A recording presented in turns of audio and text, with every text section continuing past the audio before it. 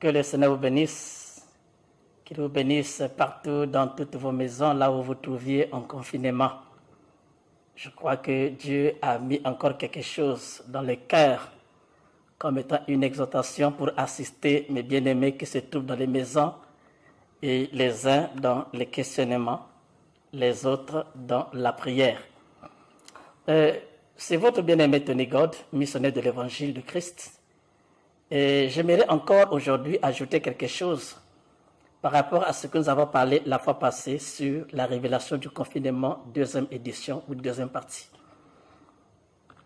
Lisons la parole de Dieu qui est écrite dans Luc chapitre 21 au verset 34 à 36.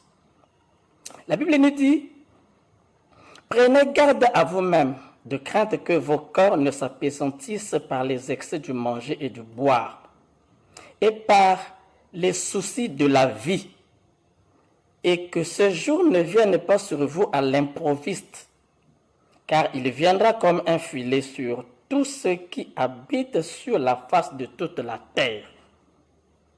Veuillez donc et priez en tout temps, afin que vous ayez la force d'échapper à toutes ces choses qui arriveront et de paraître debout devant le Fils de l'homme. » Que le Saint-Dieu bénisse la parole de Dieu partout. Cette parole va franchir dans tous les espaces, dans tous les secteurs où cette parole va arriver. Je fais encore une fois de plus la continuité sur la révélation du confinement. Le confinement, c'est un fait scripturaire, selon moi et selon la parole.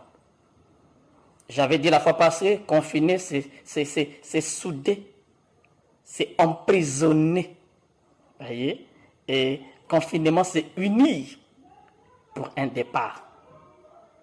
Pourquoi j'ai dit que c'est scripturel? Puisqu'il n'y a pas un départ sans confinement. Avant qu'il y ait départ, il doit y avoir un confinement par lequel nous prenons les institutions ou les informations relatives du ciel. Frère Branham me dit, le prophète du temps de la fin, il nous dit cet âge, c'est l'âge de la fin. C'est l'âge de la fin qui fait la fusion avec l'éternité. Cet âge marque une fusion avec l'éternité. Et nous sommes au moment où Dieu fait la pression au temps. Et quand il fait la pression, c'est-à-dire la pression à la terre de restituer les sujets détenus. Le diable a détenu les sujets. Certainement, ça peut être toi. Il a détenu les sujets. Mais Dieu, depuis l'éternité, il fait la pression au temps de pouvoir venir et impose à la terre de restituer les détenus. Or, les détenus, quand on parle de détenus, c'est emprisonniers. Ce sont des gens qui sont emprisonnés quelque part, qui ont été saisis par une vie différente que celle de Dieu. Voilà pourquoi Dieu, il envoie sa parole, sa pression au temps, plus précisément à la terre, afin que la terre restitue tout ce qu'elle avait détenu par le moyen de la parole. Et ici, les gens qui ont été détenus, ceux qui étaient pris par un filet, qui ne pouvaient pas bouger ni à gauche ni à droite, comme les poissons de la mer. Mais il fallait qu'il y ait une parole, un message qui vient pour faire sortir ce peuple-là. Et ce message-là ne vient pas par qui que ce soit, mais que c'est le Seigneur Jésus-Christ lui-même qui apporte son message pour venir délivrer ceux qui sont détenus. Amen. En réalité, nous sommes arrivés au temps où, par la révélation du confinement, nous permet de savoir qu'il y avait eu des détenus à la terre, que la terre a été de restituer par la puissance et l'imposition de la parole. Et cela revient à dire quand Dieu descend pour venir délivrer ces détenus, il est apparu comme étant la mère aigle. Et souvenez-vous que la mère aigle, l'aigle avait laissé un œuf quelque part. Et un fermier avait pris cet œuf et il l'avait mis ensemble avec les œufs d'une poule. Et alors, quand ces œufs ont été éclore, les petits poussins et les grands étaient là, ils mangeaient ensemble, ils parlaient ensemble, ils priaient ensemble, ils faisaient tout ensemble. Mais quand le temps de Dieu est accompli, Dieu s'est dit, non, j'avais laissé ma sémence sur la terre. Il faudrait que je descende, que je fasse la pression à la terre et que la terre me restitue toute ma sémence que j'avais mise en terre. Et voilà pourquoi l'aigle quitta l'espace ciel pour descendre dans l'espace terre afin de réclamer sa sémence.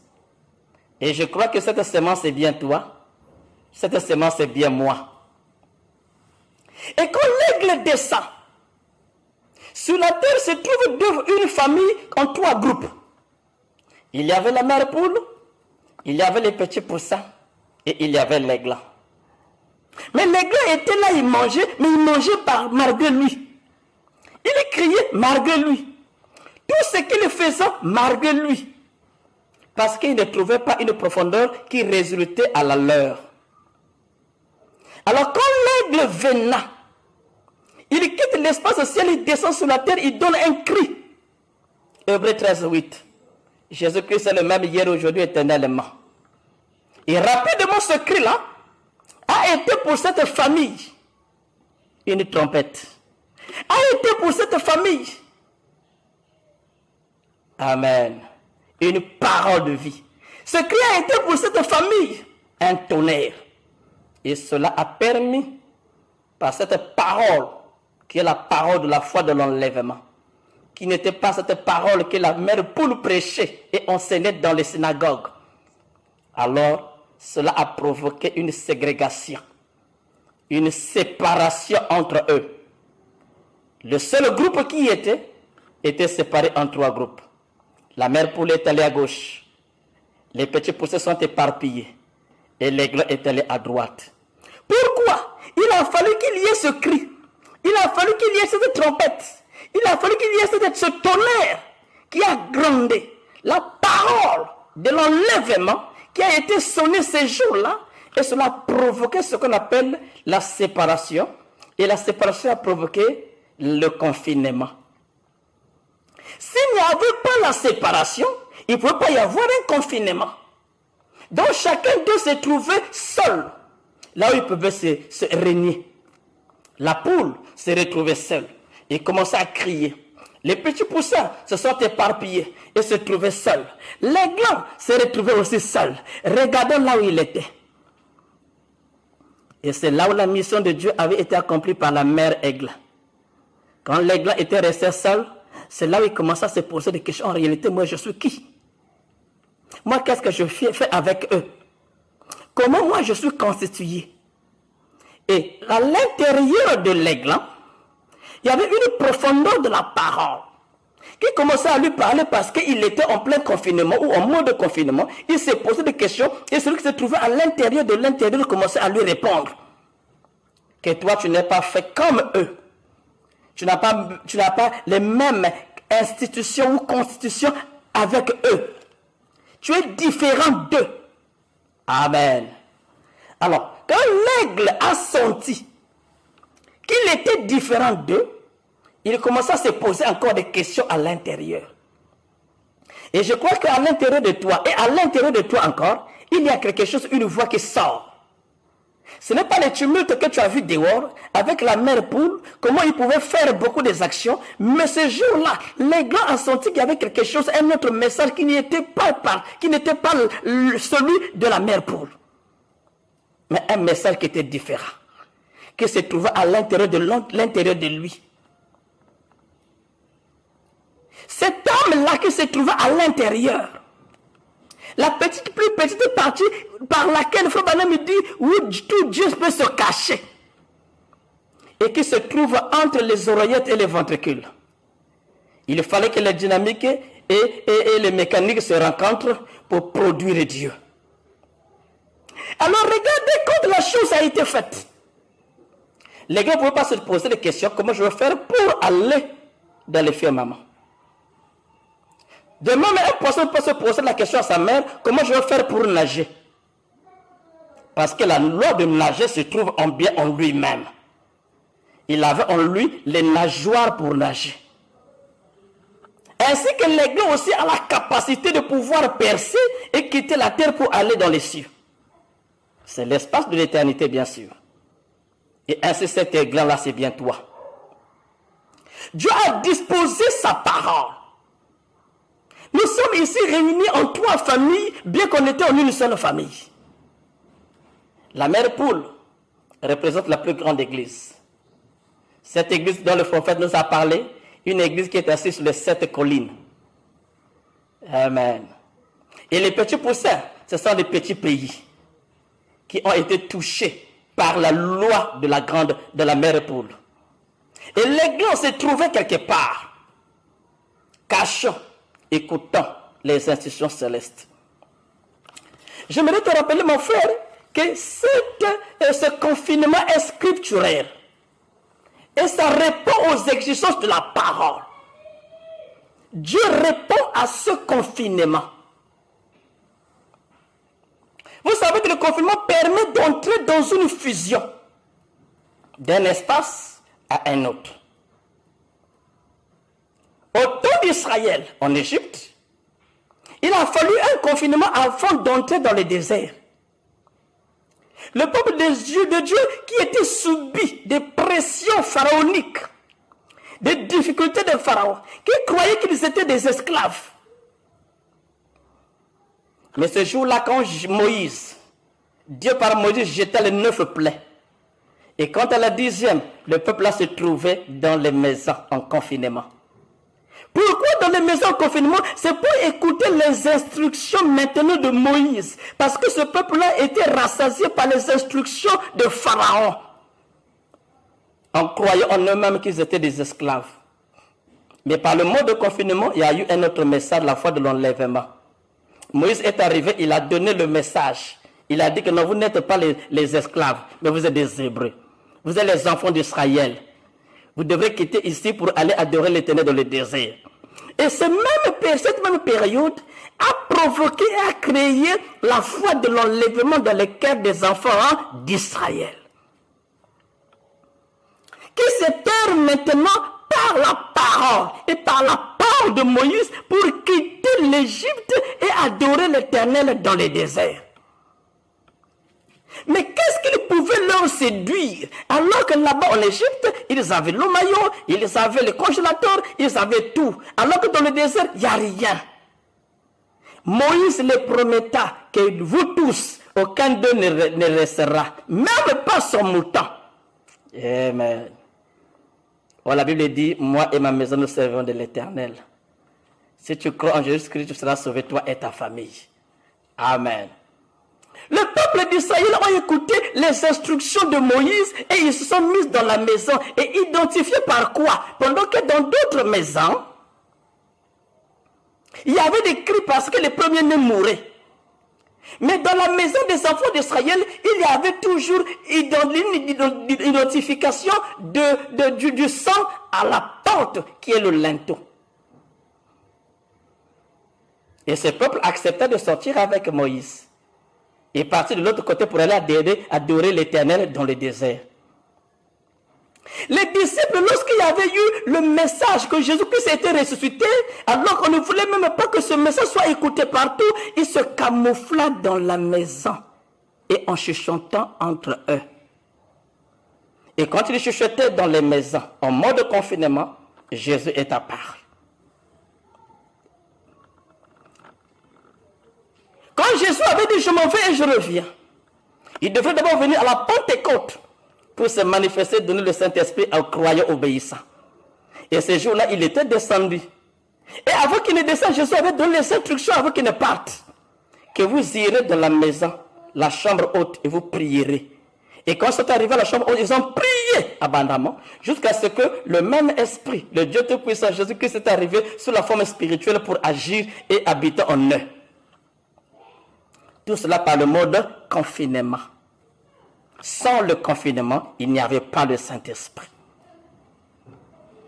Amen. Regardez encore dans la Bible, nous avons une personne appelée Élie.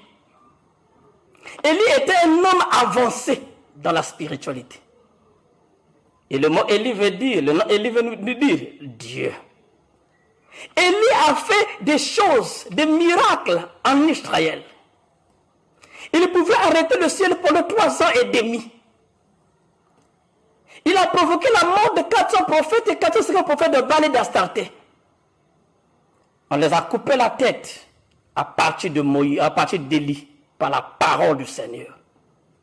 Mais regardez ce même Élie, bien qu'il a accompli des grands miracles, des prodiges, Dieu a été à ses côtés. Dieu a suivi souverainement cet homme-là, Élie.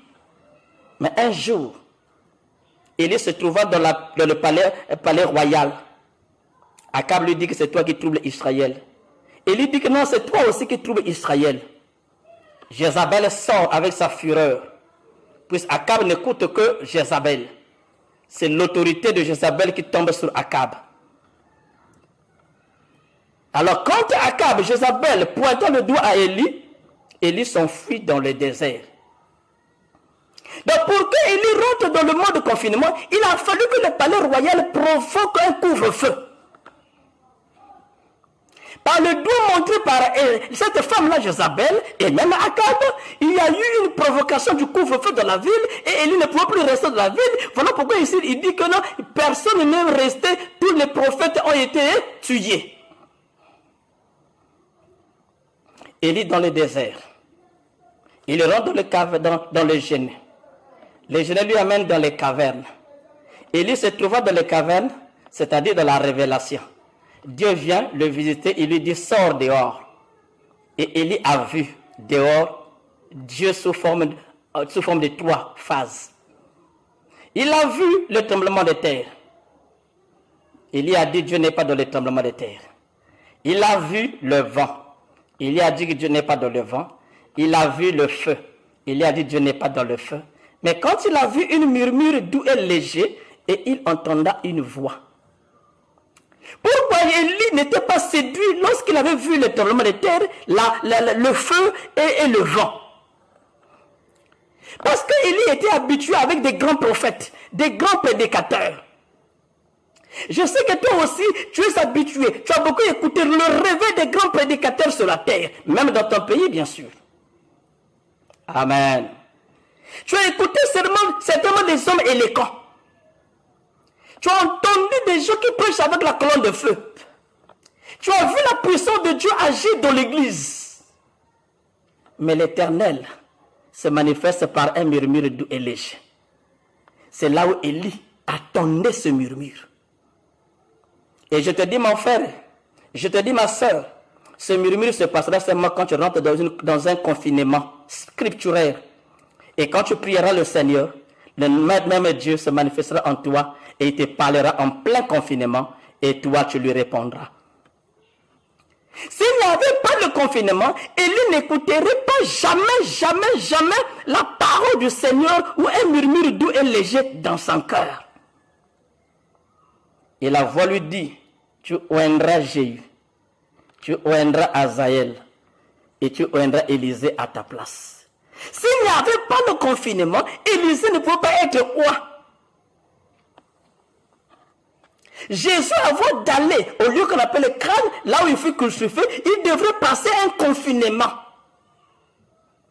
Dans le jardin de Gethsemane, le lieu du pressoir où il était seul, parlant avec Dieu, se posant, s'entretenant entre eux, jusqu'à ce que Dieu lui a convaincu, il faut que tu quittes, que tu partes, pour pouvoir libérer le peuple de Dieu. Oh mon frère, ma soeur, est-ce que tu peux croire que le confinement est scripturaire?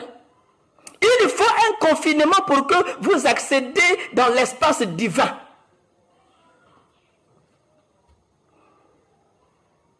Regardez cet homme-là, Daniel, en mode confinement. Quand il vit que le décret avait été signé, qu'est-ce qu'il fit? Il accomplit la parole. Il fit ce que Dieu lui avait dit de faire, comme Élie. Quand Élie était dans le mode confinement,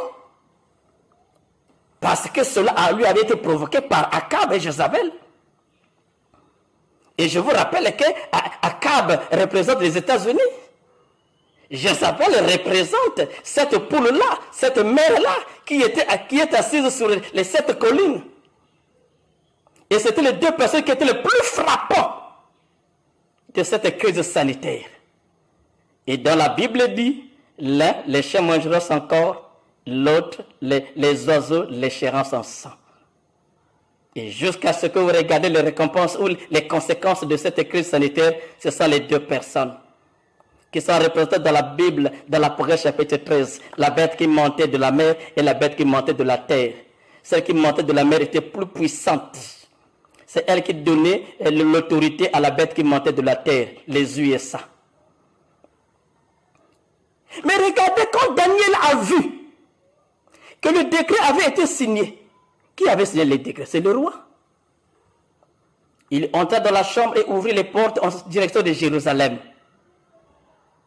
Et nous aussi, nous devons rentrer dans la chambre pour ouvrir les portes de Jérusalem.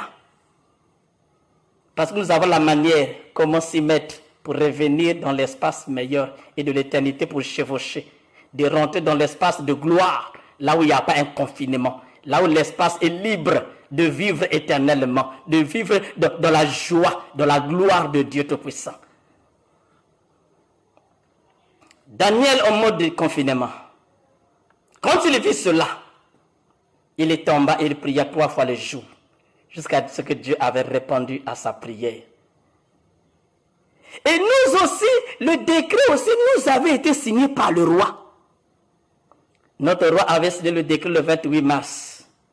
Et souvenez-vous, le mois mars, c'est le mois de guerre. C'est le mois qui est en rapport avec la planète Mars. Mars, c'est March, c'est le feu. C'est là où Fabalam dit que les astronautes, quand ils pénétrent dans cette planète, ils virent dans cette planète les ossements. Cela montrait qu'il y avait une vie humaine et les gens mouraient. Et ceux-ci qui pénétraient dans cette planète, c'était des cosmonautes, ils avaient des gestes barrières. Ils avaient des gants, ils avaient des masques, ils étaient bien habillés parce qu'ils ne pouvaient pas être contaminés. Et voilà pourquoi en ces temps de la fin, le même William Branham nous a parlé dans la brochure « Accepter la voie à laquelle Dieu a pourvu au temps de la fin », paragraphe 213. Où frère Branham a vu des gens avec des masques sur le visage, les désinfections, infecter la terre, infecter les marchés, infecter les lieux publics. Oh, notre Dieu est merveilleux. Je crois qu'il règne à jamais et il vit avec nous. Le même Dieu qui accomplit sa parole, qui accomplit ses hauts miracles, qui donne la liberté aux enfants de Dieu, il est là avec nous. Il nous a dit encore dans sa parole, ici dans cette brochure, donc que dites-vous que c'est? William Branham dit, au paragraphe 46, il dit, nous devons être aux aguets à chaque heure pour guetter sa venue. Oh mon frère, la venue du Seigneur est certaine. Mais le message nous demande d'être aux aguets. Voilà pourquoi la Bible nous dit, ne dormions pas, mais veillons. Car nous sommes rentrés dans cet espace. Vraiment que Dieu vous bénisse. S'il y a quelqu'un qui veut s'en procurer, s'il y a quelqu'un qui peut encore écouter cela, qu'il me suive dans youtube.com, Shalom Aigle TV, et s'abonner. Et c'est par là que nous allons encore continuer pour une autre édition qui est demandée encore. Que Dieu vous bénisse.